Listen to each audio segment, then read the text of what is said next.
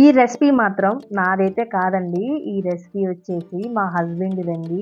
ఆయనే ట్రై చేశారు ఫస్ట్ అయితే. ముందైతే గోరుచిక్కుళ్ళైతే ఒక హాఫ్ కేజీ అయితే గోరుచిక్కుళ్ళు తీసుకున్నాము.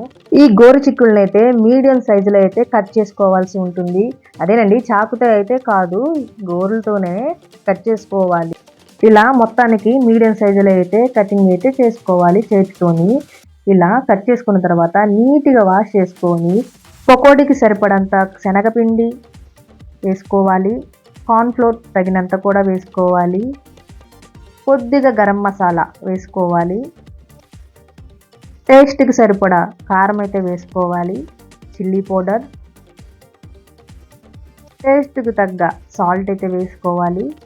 వీటన్నిటిని మొత్తాన్నైతే ఒకసారి అయితే కలుపుకోవాలి. ఫస్ట్ అయితే వాటర్ అయితే పోసుకోకూడదు. మొత్తం ప్లెయిన్‌గా అయితే కలపాలి.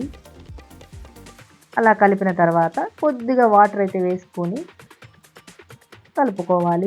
ఉల్లిపాయ పకోడీ ఎలా వేస్తామో సేమ్ అలాగే కలుపుకోవాలండి. పిండి మాత్రం అలాగే ఉండాలి. చూడండి ఎలాగైతే ఉంది. దీన్ని ఆయిల్ హీట్ అయిన తర్వాత కొద్దిగా పకోడీ అయితే వేసుకోవాలి. ఒకటిగా వేసుకోవాలి. మన పల్లి పకోడీ వేస్తారు కదా, సేమ్ అదే మాదిరిగా ఒకటిగా వేసుకోవాలి. కొంచెం అయితే టైం అయితే పడుతుంది, ఏం పర్వాలేదు. స్లోగా అయితే వేసుకుంటే సరిపోతుంది. అలా చిక్కుడుకాయ పకోడీ మొత్తం వేసిన తర్వాత చూడండి ఇలాగైతే వచ్చింది. ఒకసారి అయితే మొత్తం అయితే కలుపుకుందాము. కొంచెం టైం అయితే పడుతుంది ఫ్రై అవ్వడానికి. చిక్కుడుకాయ లోపల ఫ్రై అవ్వాలి కదా. కొంచెం గోల్డెన్ కలర్ వచ్చిన తర్వాత తీసేసుకోవడమే. చూడండి కలర్ అయితే వచ్చేసింది. వీటిని అన్నిటిని తీసేసుకుంటాను నేనైతే.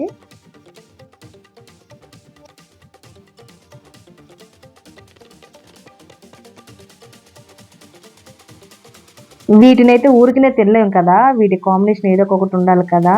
అందుకే పక్క స్టవ్ మీద చారు అయితే ప్రిపేర్ అయితే చేశాను. టమాటా చారండి ఇది. టమాటా చింతపండు కలిపి చేశానండి చారు ఇది.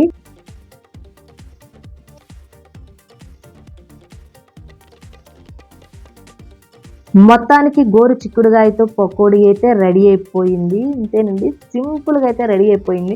పైన అయితే క్రిస్పీగా ఉంటుంది, లోపల అయితే కొంచెం సాఫ్ట్గా ఉంటుంది. దీని టేస్ట్ అయితే వేరే లెవెల్ ఉంటుంది. ట్రై చేయండి తప్పకుండా.